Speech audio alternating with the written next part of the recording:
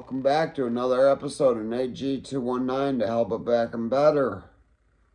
It's still Saturday, January 21st, just a little bit later. I figured I hadn't had too many chances to record videos, so I better catch up on a couple. Please, on your way in, hit that like, hit that subscribe. Let's get these subscribers up here. Trying to get known a little bit, try to get some of my stories out there. Today, I'm just going to tell some basic stories of what I experienced while in prison. Since I was at a couple different prisons, I'll let you know which ones where it is, and just the some of the things that go on. First of all, the epidemics, not the pandemic, not the COVID-19, the epidemic of K2, Tucci, spice, synthetic marijuana, whatever you call it, the epidemic. We're going to talk a little bit about that. We're going to talk a little bit about what the normal person doesn't know goes on.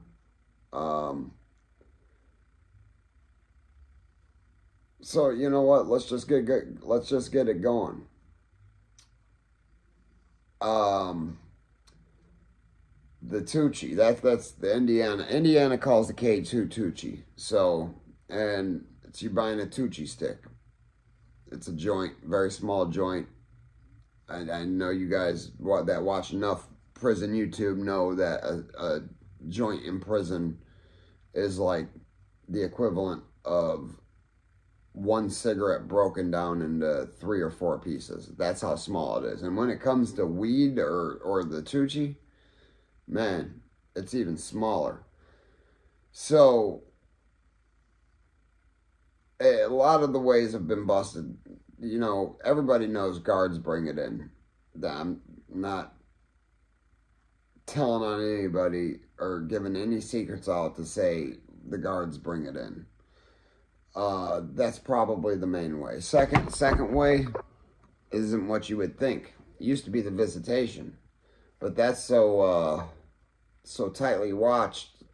That's probably the third or one of the last ways it comes in. The Tucci I'm talking about.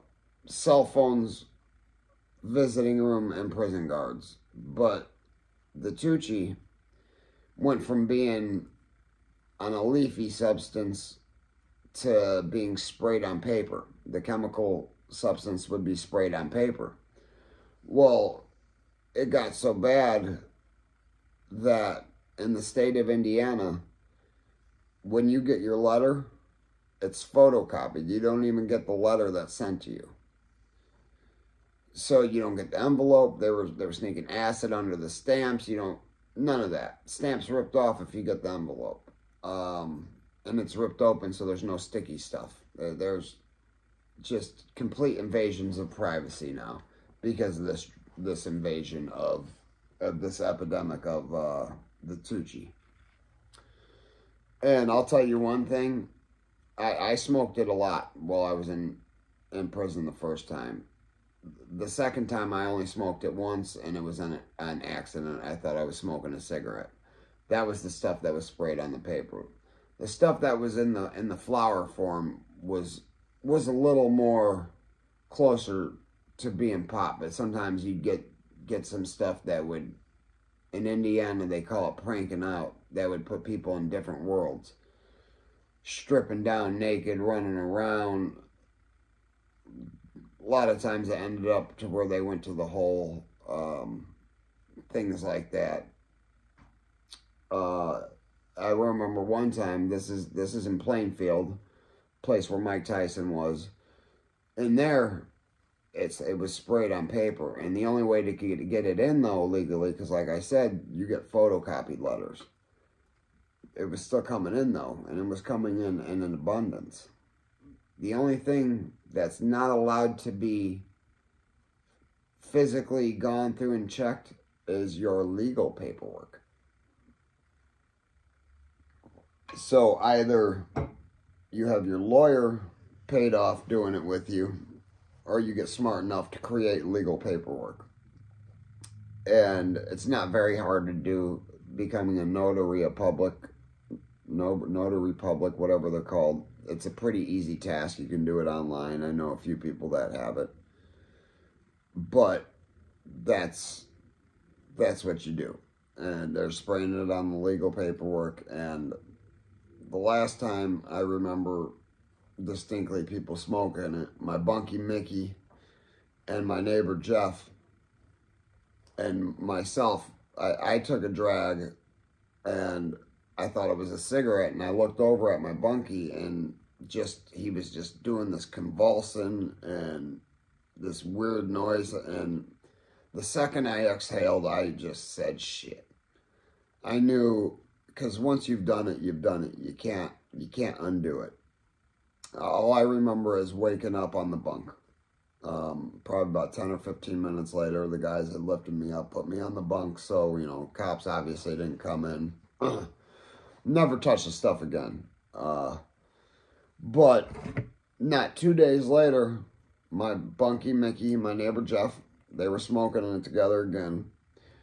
By the way, I had accepted death in my head before I came out of whatever high I was given. I thought I was dead. Actually, I knew I was dead.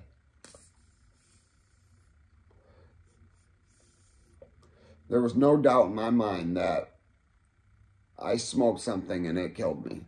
And I accepted death, and then I woke up. The other two said they felt something similar, but they enjoyed it. A couple days later, they smoke a stick together. Next thing I know, Mickey starts puking, and then Jeff starts puking on top of Mickey. I just got out of there. I started dry heaving. I didn't want any part of it. But yeah, those are some of the things going on. And then one time, this is probably around the same time, because I was only in Plainfield for about 4 months before I finally came home off of this bit, off of my bed. But one night, 2 o'clock in the morning, lights just start coming on everywhere, and you hear all the commotion, and right across the hall, in F dorm, I was in G dorm, F dorm, there was overdoses. 3 or 4 guys had overdosed. 2 of them had passed away. They'd overdosed on heroin. It was laced with fentanyl, and 2 of them had passed away. One of them did come back with a fresh case, and the guard that was found to have brought it in because somebody told, received an involuntary manslaughter conviction. So those are just, you know, that's just one day. One of the things that happened one day. Okay, here's a one. This was shocking to me, because you assault a guard with, in any way, shape, or form. My experience from TV and at the level 2 camp was, you're going to go in restraints, you're going to be written up, and they're going to sanction the crap out of you, all sorts of paperwork. Nothing real serious was going to happen. Well, one day, this guy, they called him Inglewood. He was from Inglewood, Chicago. He was doing 65 years for a murder, which again means 32 and a half. It's still a long time to be serving in prison. He was mad about something, and the sergeant was walking past. The sergeant was not a small guy by any means, and neither was Inglewood, but Inglewood was skinny, but younger black guy, he was in shape, and the sergeant, he was a real big guy, just not so much in shape. But as the sergeant was doing his rounds walking past, Inglewood decided he was going to throw a big pot of boiling water on it, on the sergeant walking past. And, you know, everybody's looking down their mirrors. All you hear is, roll cell 132. And so, looking down, I'm still kind of fresh into segregation. A lot of these other guys have witnessed things like this before. I'd never seen this. All I know is when the cell door rolled open, I watched a sergeant walk in the cell, and you can just hear a fight go on for about 90 seconds. Maybe a little bit longer, but not much longer. 90 seconds of pure fighting is a long time to be fighting, especially in a 6x8 cell. And sergeant comes walking out, straightens himself up, closed cell 132, went on about the day. Never heard another thing about it. But then one of the lieutenants was walking past one day, and there's a guy, I can't remember his name for the life of me, but he was mad about something. This guy was a dirty, disgusting drug addict. He had he'd used the restroom in a container, a number 2. Also put some urine in it. And then he put Vaseline in it. And then he crushed up a light bulb and put that in it. And then he let it ferment for a month or 2. I don't know how long. All I know is the smell lingered for probably 2 weeks. And he wasn't like right next to me or anything. He was down the range a bit. The smell was just horrendous. Well, he got pissed off one day and decided today was the day. He was boiling it. This stuff had to have been boiling for hours. He was kicking the doors and screaming, "I need a white hat," meaning I need a lieutenant, whoever's in charge, OIC, officer in charge. "I need the OIC. I need the OIC," he's screaming. OIC comes walking down the range, and you just hear this scream, this blood-curdling scream. Well, the dude had gunned him down.